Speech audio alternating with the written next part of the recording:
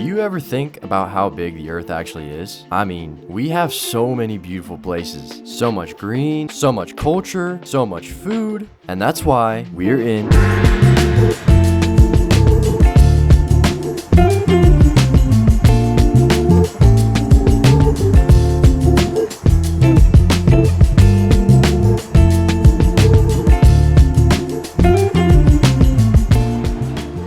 Okay, everybody. So, as you saw in the last clip, we were eating food at the Wasso Cafe. The food was pretty phenomenal. It was pretty good. Definitely not my favorite of the food restaurants that we went to, but it was pretty good. Yeah, right now we are at the Kowloon Park, about an hour and a half walk away from that cafe that we just ate from. There. And 10 minutes by car. So we took the Uber. We didn't want to walk an hour and a half all the way here. But yeah, so now we're at the Kowloon Park. We're gonna go walk around and film some of the stuff here. I'm excited to show you guys what this place has to offer. So yeah, we've definitely done some sightseeing, and yeah, we're gonna go check it out. So see you guys then. So I'm just gonna... Hey, you better give that camera back to me, little bro. Huh? Yeah. No. You gotta bring it over here. So one thing I will say is that we haven't really explored this park yet, but it looks pretty promising. The park is really beautiful and green, and it's nice and quiet here, even though it is sort of next to a main busy road. And yeah, we're kind of just setting up our cameras and getting prepared for recording, and it's very peaceful here. I'd like to say, from my personal opinion, that Hong Kong is gorgeous, guys. Like, you absolutely need to come here and experience this yourselves. What we film on the vlog and what we show you guys on video will never do justice to what it's actually like here. So the best thing that we can tell you is to come here and experience this for yourself, because truly it's a once-in-a-lifetime experience, and we are very blessed to have the opportunity to experience this ourselves and show you guys our experience of this. So with that said, we're gonna keep walking around and exploring the beautiful Hong Kong, and we're gonna take you guys along with us. A bee! There's a bee! Oh, there's a bee. Okay, there's a bee. My mom's running away now. Okay, but yeah, we'll catch you guys in a second. We are on the way to the Kowloon Walled City Park. It's meant to resemble the old ancient city that was part of the Qing dynasty. And I heard that there's like still artifacts there, and maybe like exhibits of some kind. It is free to enter. And so yeah, we're like totally excited about it. It is the nicest day here.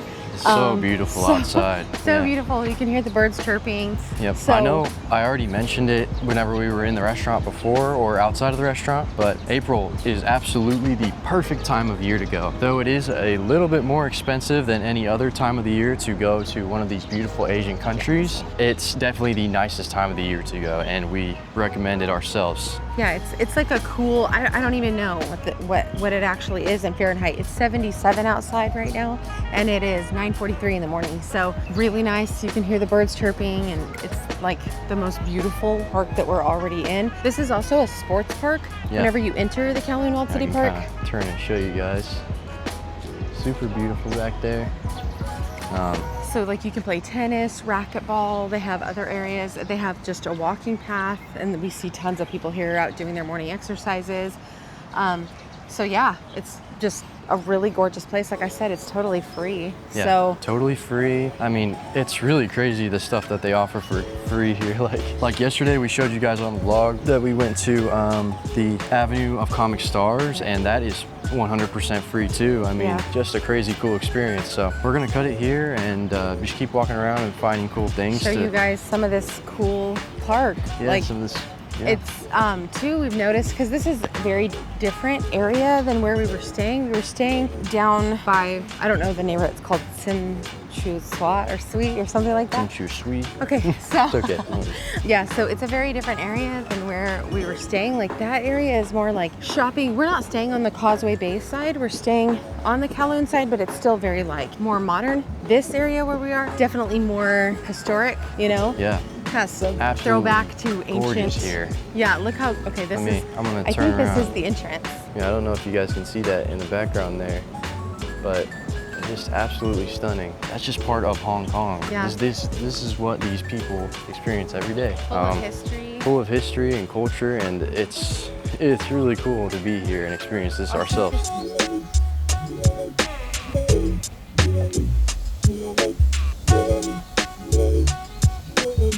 Okay guys, so we just happened upon, while we're inside of the Kowloon Walled City Park. That's right. We just stumbled upon this guy right here. This is really, really interesting. You can see all these facts down here. You can pause the video right here to read all this. I'll move my hand out of the way, of course, but it basically says right here that in 1992, a Japanese research team surveyed and took a measurement of the apartments in the city of the walled city. That's what this is, basically, right here. So this guy right here, as you can see, is 1/200th of the scale of the actual walled city. But that's what this kind of is right here. Yeah. So that is really interesting. This I'm assuming is a physical representation of how tall they had to have built the buildings back in 1992 to support the population at the time in Hong Kong, which is really, really crazy. Because I mean, if you see how densely packed all of the buildings are together,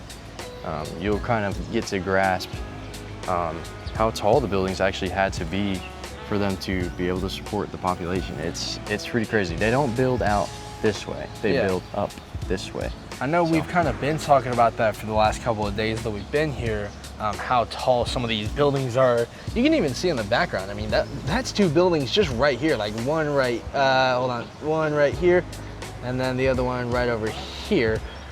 They build like straight up, man. So it is pretty crazy to see. I mean, I'll even flip the camera back around. This guy right here is also just another one. I mean, you can see like this is that 1/200 scale thing right here, and then this is kind of like a painting or like a like an aspect. Yeah, it's pretty crazy because you can see what it is. When you get closer to these, you can start to see there's people individually inside these little tiny apartments, and the buildings, they go up so high, you know. It just kind of gives you perspective on how tall the buildings actually are and how much they have to utilize the space given to them. It is, I keep wanting to say like absurd, but it's not absurd. It's absurd that they were able to do this. That's absurd. Right, I mean, it's I mean, really amazing. The amount of knowledge that you need to build something like this is absurd. That's the absurd part, is kind of understanding how they did this and how this became a reality for them. But yeah, that's just one of the things that we saw here. I mean, we literally been walking for maybe 30 seconds since the last clip, obviously. I mean, we've already stumbled upon something absolutely fantastic. You're gonna see, I recorded a couple shots, like a couple beauty shots. I know Dad over there has been recording a couple B-roll shots as well, and you guys are gonna see all of it. But it is magnificent out here, man. I mean, I'll even like, you're gonna see us probably back here in just a couple of seconds. There is like a whole garden over here. I don't know if you can hear it from the microphones if they're picking it up, but dude, there are so many people out here like hosing down and making sure that the plant life out here is also as highly taken care of. Yeah, taken care of as you think it would. I mean, like we've been talking about in the last couple of vlogs or the last couple of days or whatever, the amount of greenery here in Hong Kong is pretty absurd, man. Again, absurd. But you can see how they keep it so green, man. Like they water it all day long. They have more than just one or two people. I mean, I've already seen like probably 5 or 6 people that have been watering. So like we were talking about, guys, this right here, I don't actually know what this is, but the sign is right over here. Hold on, chat. We're gonna read it. This is the remnants of the South Gate. These represent the foundations of the post-war buildings. This grass is the drainage ditch. Oh yeah, these little markings right here between the stone paths are actually the flagstone paths. And then this light blue is for the flagstone gateway, which is right over there. So interesting. Super cool. And obviously, us as pedestrians are not allowed down there. Who would have thunk it? But definitely something very interesting. It's so very interesting. I mean, one of my favorite things about going to all these, not even Asian countries, just any country besides the US, obviously, we have like museums and everything like we've talked about, but it is so interesting to kind of think about the deep and rich history. I mean, this place right here is maybe not even a couple thousand square feet across. I mean, from here to that side is only a couple hundred, maybe a couple thousand, like I said, and there's a little bit of water and there's vegetation information down there, but it's so interesting. Like we just saw back here with the key or the legend or whatever you want to call it. It tells you a lot of what you need to know, man. Like you wouldn't think that something that looks like it's just covered in moss and what looks to be tangled not barbed wire, but like its age. Yeah, this it is aged. This was built in the 1920s, so I mean, it's been around for over 100 years, which is so interesting, it's man. really cool. Something like this always captivates my attention, man. It's awesome. We're at the Kowloon Walled City Park, and it's a park dedicated to the walled city in its formative years. It was part of the Qing dynasty, and then they tore it down, but they left some parts of it. So this is like a historical wall that shows what it was. Okay. So this is everything that's left inside the park that you can go and see. And then this tells you exactly what it was, how it had watchtowers and gates that followed the city. And then like this is what the park sort of looks like whenever it was, this is what it was under demolition. People used to live in it, obviously. And then this is its official open at 1995. And it's based on the Jingyang Garden in the early Qing dynasty. So it says numerous dental clinics would be seen in the streets of Kowloon Walled City in the 1970s. Many of them were unlicensed. Uh-oh, it's not good. So this is the entrance to one of the, I guess it's like a pagoda, where you can rest. Tell me this would not be like the most perfect site for a wedding. Not that anyone I know is getting married. All these gorgeous steps up into that amazing pagoda, like so perfect. A lot different mentality than it seems by the locals here than where we're staying. Like I said, that's kind of closer to the Causeway Bay area, and so just different, like very slower paced here, a lot of elderly people, which is cool. So yeah, and look at this one. Look how beautiful this is. Wow, this looks promising. Let's take it and see if it will allow it. Ooh, wow. Like the porthole windows, or they're not portholes, they're like, what are they called? The circular gates. And aside from that little bit of construction noise, it is like extremely peaceful. Hi, pig. Many times in Western media, it's portrayed that the Chinese or people of Chinese descent, that they don't want you around, or they'll be hateful to you, or that they will treat you badly or be racist or whatever else that's spread out there. Personally, we have not had that experience at all in Hong Kong. It's been just the opposite. We've had people want to talk to us, want to know what we're doing, want to, be interested or be happy to greet us. So very opposite than how it is portrayed. So take that for what you will. I mean, we're not important people, of course, by any stretch of the imagination. We don't even, we have a very small following. It's not like people are being nice to us because we're recording for, our family vlog or something. It's just that they're genuinely kind. So I'm sure you'd have the same experience if you came to Hong Kong. So come to Hong Kong.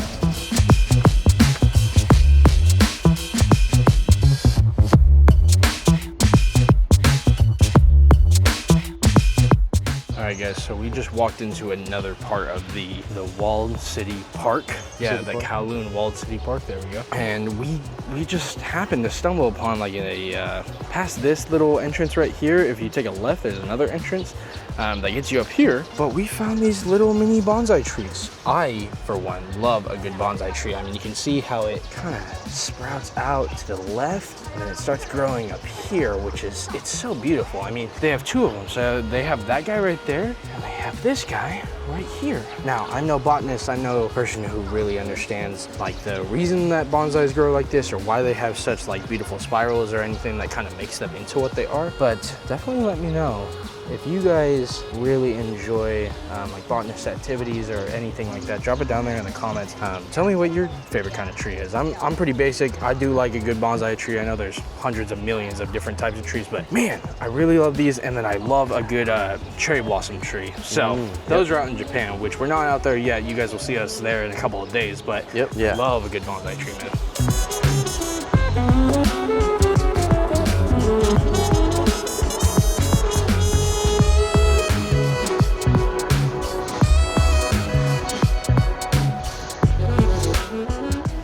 All right, guys, so yeah, there was just a little bit of Hong Kong history for you. It's really important to us, and it should be for you guys to understand some of the cultural history behind Hong Kong and how Hong Kong came about, why Hong Kong is here, and how Hong Kong is in the modern day. It's a really beautiful history, and yeah, it's just nice to understand and know about these things. There's a lot to it, you know, but... Yep. And with that being said, I mean, we're thinking about heading on over to one of the other popular districts of Hong Kong. It's within walking distance, I know that. It's within walking distance. There's a couple of activities to do there, and so yeah, we'll get to recording some more for you guys. So we'll catch you in a minute. Okay guys, so we're currently walking down to a little shop that we went to yesterday, but we didn't pick it up on camera. I'm getting something pretty special. It's like one of like two things that I wanted while we were out on this trip. We've been seeing them for a couple years now, going on different trips and going to different Asian countries. The people of Asian countries usually like these things. I don't know how popular they are over here specifically, but I know back in the US they are pretty popular for what's called a hype beast, or somebody who really likes like pop culture, or there's a couple of artists that are not so much underground, like Takashi Murakami, things like that. So we're heading down to a shop that I have been looking at for quite a few years, honestly. Yeah, I purchased something, but it didn't come in until today. I'm actually excited for these guys to see, because if you watched our vlogs in Japan or our vlogs in South Korea, you will know that they have a lot of stores there that have these figurines and these statuettes and stuff like that.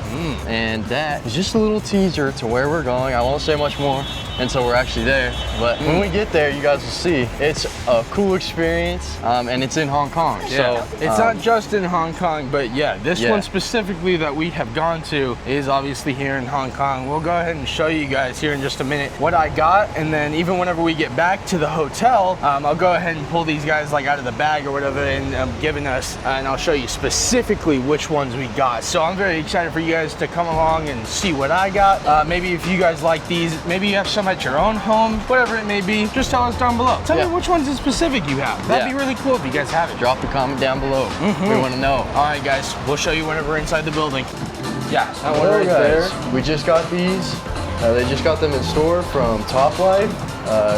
Tom, and Jerry. So yeah, we're super excited. Very cool. So this is just the two that I've been wanting for just a little while right now. So I'm excited to pick them up again. We'll bring them back to the hotel and we'll show you guys in detail kind of how they look, because they have box art, but they're definitely something more that you need to see like kind of in person. So it's so sick. Yes, 100%. I'll be very careful. I will be. Smile. So cool. So sick. So sick. Awesome. That's so cool. Thank you. I love that one. All right, guys. So we're back outside of Top Life. That's the name of that store that has all the bear brakes. We're gonna show you guys. We took a couple of pictures with this one. It's 1000%. If you guys know kind of how bear brake works, the smallest versions, the ones that are almost like mini Legos, are called 100%. The ones that I ended up getting are 400%, which are almost like little action figure sized ones. And then the biggest ones that they have are called 1000%. They had one from an anime that I like to watch called Attack on Titan, and it was 1000% Colossal Titan, which back home in America, that one is super expensive. I mean, the last time that I looked at it on StockX, and I know a lot of people are gonna say, oh, you use StockX, whatever, who cares? But the last sale on StockX in America was $1,600 for that guy. So I was like, man, that thing is so cool. I'm not gonna buy it, of course, because he was still wanting a pretty hefty price, but hey, I get it. I get it. Every store kind of has to make profit. I understand it. They gotta hustle, so, you know, they gotta hustle. Yeah, they gotta make their money just like we gotta make ours. So, just took a couple pictures. Maybe we'll throw those up on screen right now. But dude, that shop was super cool. We don't know if the guy that helped us or who has been helping us for like 2 days now straight is the shop owner, or if he just works there and he's just kind of there day by day. But super helpful guy, super lovely. You saw him in the beginning. He kind of tried to move out of the way because he wanted us to obviously just get the content of the bear bricks. I don't think he wasn't trying to be like rude or anything like that, but he's very chill guy. Super helpful.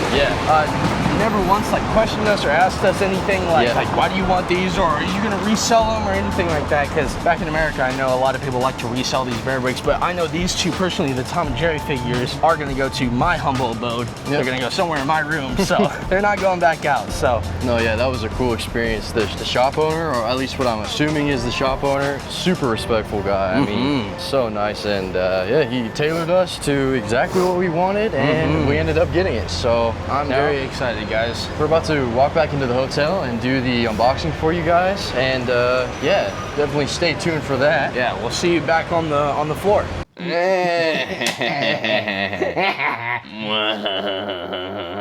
What are we laughing about? What are we laughing about? Okay guys, so right now we are currently outside of Temple Street Night Market. It's right over there. I mean, literally like a couple steps that way. Of course, it's in the name, it is a night market, which we've been to plenty. We've never been to this one, so we'll see how this one ends up kind of turning out and seeing what they kind of got in there, you know? Yep, I'm excited to see what they have in there. You guys, if you've seen the vlogs before, you know that we've been to a couple different night markets in Malaysia and Thailand, and so this one is no different than those ones, especially Taiwan. We went to Ningxia Night Market, and so yeah, it'll be no different than that. It's going to be a cool experience, and yeah, we'll see if we end up getting anything. I know that they're going to have plenty of food, maybe a couple of like items like belts. I know sometimes they have food vendors there. Yeah, maybe we'll try some of the food. They got plenty of stuff in there, so we're very excited. I mean, every time we go to a night market, even though it is a very similar experience every time, there's always some kind of twist, especially if you go to like different countries and different lands. So let's go ahead and go inside, guys. We'll catch you whenever we're in there, and maybe whenever we find something interesting, we'll turn the camera back on, but we'll start rolling from here. So right now we're walking through the night market. Yeah, the night market here. We have walked past a couple of shops that have kind of piqued our interest, but it's mainly just been like anime references or like pop culture, like insights. So we're just kind of walking around right now.